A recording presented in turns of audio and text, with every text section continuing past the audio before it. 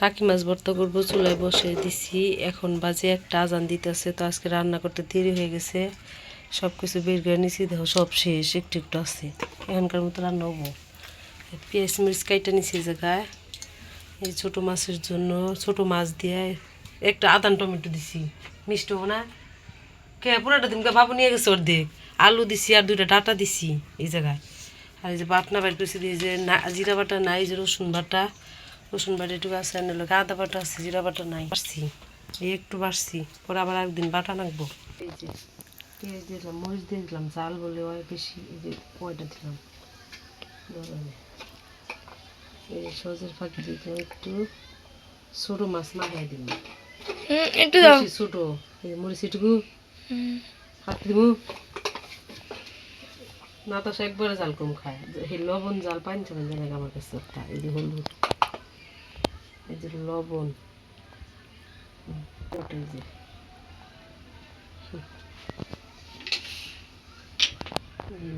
তেল, সবার শেষ একটু তেল দিয়ে দিলাম।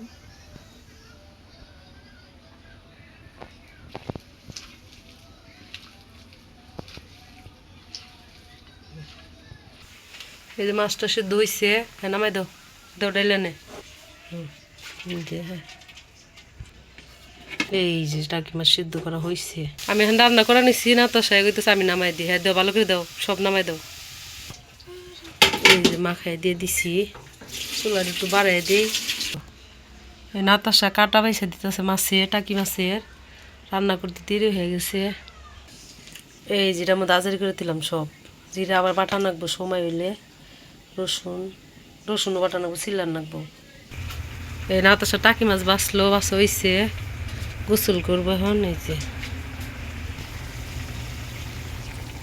তরকারিটা, এই যে আমার তরকারি রান্না হয়েছে, ছোটো মাছ।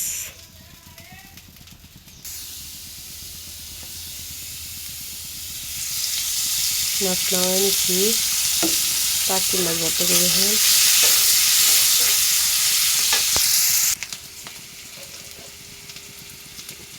লবণ দিয়ে সব দিয়ে দিছি।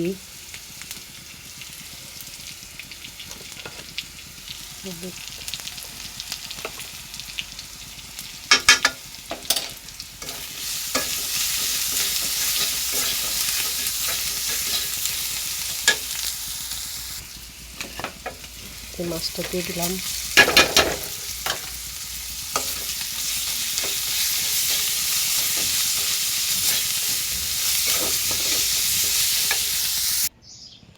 এই যে আমার রান্না হয়েছে।